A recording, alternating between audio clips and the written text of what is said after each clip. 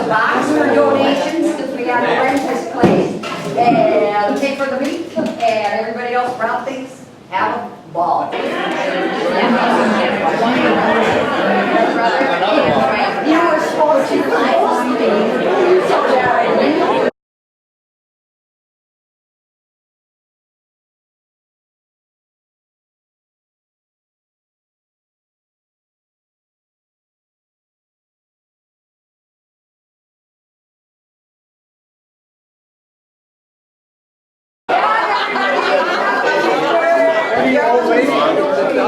Yes, you are on this one. I looked in here and all the faces were dark, and then this was shadowy. I said, before everybody gets here, move everybody back. Where do you want to stand? Yeah, get in the pile there. On this one. You know what we can do to get you on the picture after a while?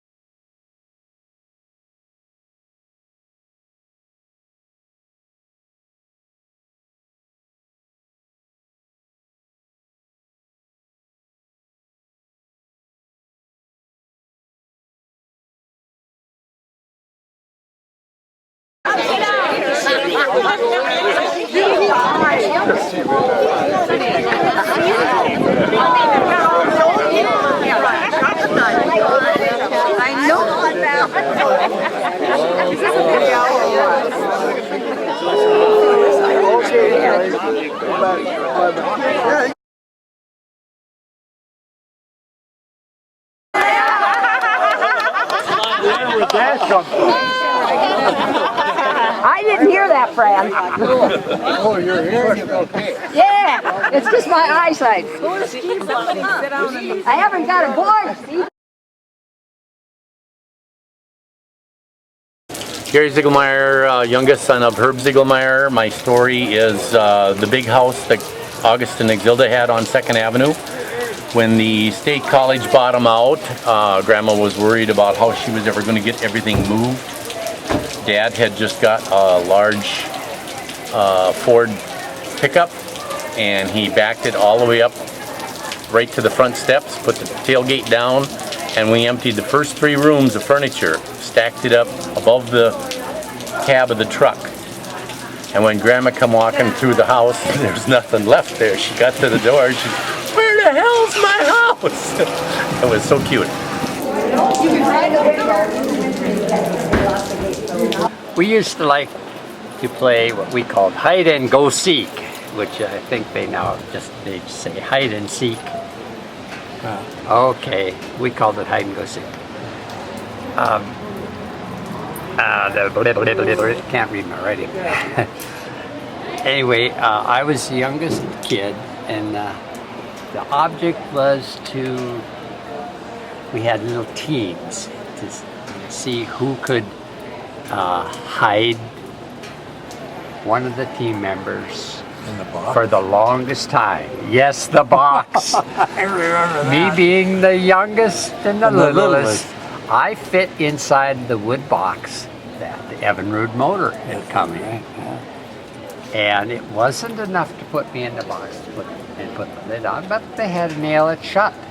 And then they had to make it look put real. ropes on it and pull it Hang it up from the ceiling. Hang it from the pipes above. And I was told to be really quiet. Well, I was quiet for a while. Then I started hollering, "Hey, get me out of here! Get me out of here!" And my team leader, whoever it was, said, "Shut up! Shut up! Let me out of here! Let me out of here!" And finally, the box, I could feel it coming down, and yes, they let me out. And I'm living to tell about it. I remember, Amen. How do you feel about tight spaces? They scare the hell out of me. I wonder why. I don't know, I've never figured it out. Jerry. Remember when we used to invent in the basement? Well, we certainly did a little of That that. big vise, we'd pound on it and break stuff in it. And nothing could never break it. We could never break that vise, that's true. I think Woody has that vise today. My favorite pastime was sharpening ice skates. Oh yeah.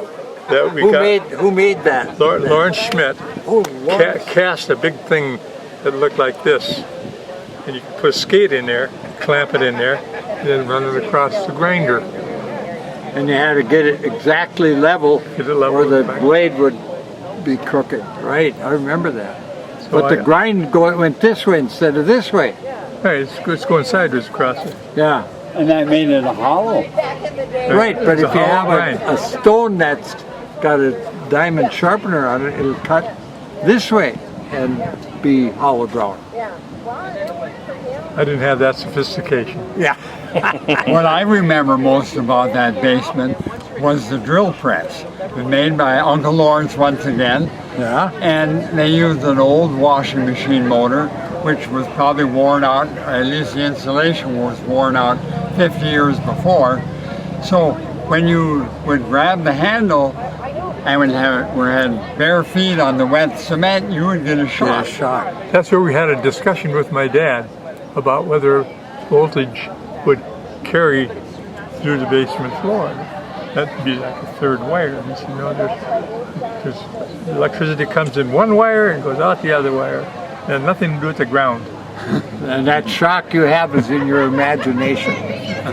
We used to run a wire from that drill press out the window and hook it to a little metal chair and invite the neighbor kids over to sit on the chair. And we covered it, pulled grass and put it over the wire so they would come on over and sit down. A little metal chair like this.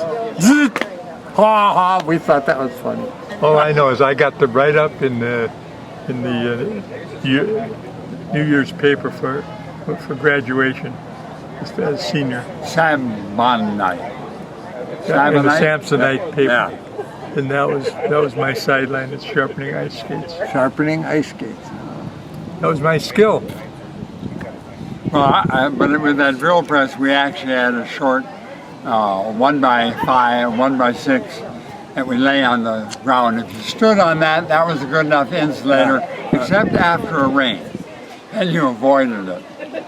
That motor was not very clean. It's surprised we ever survived. I don't know about, you guys know about the fact that at one point I had a rifle, a regular rifle like this, and I wanted to make a pistol out of it.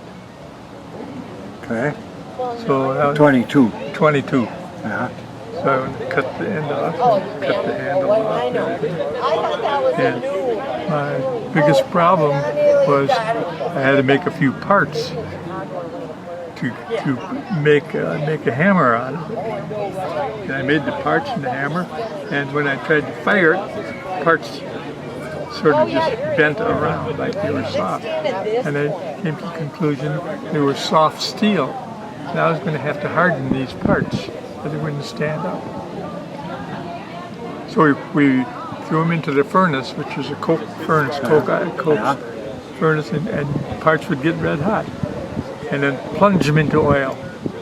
Good. That should do it. That should work if it's right. Did it work? First we made the parts, plunged them into oil, and they worked fine. Because otherwise I'd get a cut right up here every time I'd shoot a squirrel. I'd get a cut right up there. The hammer would fly off and hit you?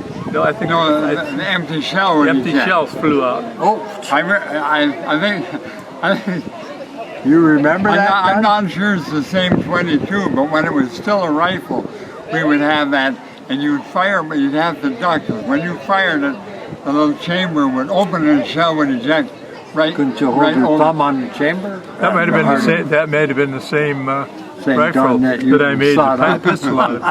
But I eventually got it made so I could go out and shoot squirrels with it. I didn't know what happened to it. I think Adrian ended up with it. I don't think I ever saw it as there. I had it down in Chicago at one time. Really? This is made in Cold Spring. Jerry's purse, I'll find it. And I got thinking that when we were kids, we used to catch sunnies and throw the bullheads away, and then we'd have to scale and clean and fry the sunnies, little bitty things like that. And the bullheads had a great big nice chunk of meat in them, which was easy enough to skin if you threw them in the fire first. The skin would get hot and you'd peel that off, and then you'd cook the meat. It would got Really? and then it would fall apart. You'd have the row of bones and 2 nice fillets. I never saw that demonstrated. Well, you were too old by then. But I learned that on Rock Island when we were living out going tenting out on the lake there. I love it when a family gathering comes together. Yeah, right. Charles on Highway 66. Who is this again? My brother Adrian, Okay. and we were hitchhiking out west. We were actually coming home from North Dakota, how did you get on from Route Montana. 66? From Montana. Down to Route 66. We'd worked for a guy for a while, loading a box full of lumber on a train. Boxcar full of lumber onto a train. Yeah. And we got paid, and then we hitchhiked out of Missoula.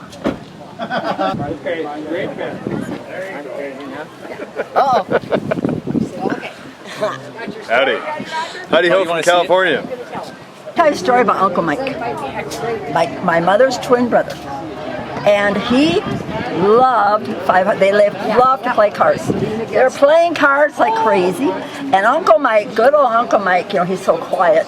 He bid 10 no trouble. And he picked up the blind, and guess what was in the blind? The Joker. Uncle Mike up in the air and down on his knees, just like you would, just like he won the lottery. It was so funny. But that's Uncle Mike. We love him. Auntie Chris was a gem too. So that's all I have. Thank you for a wonderful family. Prize? We get prizes. Well, we're at a reunion today, and they asked me to tell a story, so I don't have a story, so I got a joke. So you knew Uncle Mike real well. He was a very nice person, and his wife too. So I'm going to start with, why can't the toilet paper cross the road? It got stuck in a crack. And why did the rooster cross the road? He wanted something to crow about. And why did the bird make fun of everyone? Because it was a mockingbird. And why did the turtle cross the road? Why did it get to the Shell station? What kind of books does skunk read? Bestsellers. And where do you call a go-go dancing pig? Shaking bacon. Yes, I am Marjorie Kilder, the youngest daughter of Marie Schmit Muirworth, and I stayed single till I was about 30, so whenever the relatives came to visit, I would take her to see all the Judimans and the Schmits and all the cousins, so we had a good time just visiting relatives. And now I live in Breckenridge with my husband, and we're retired farmers. Thank you.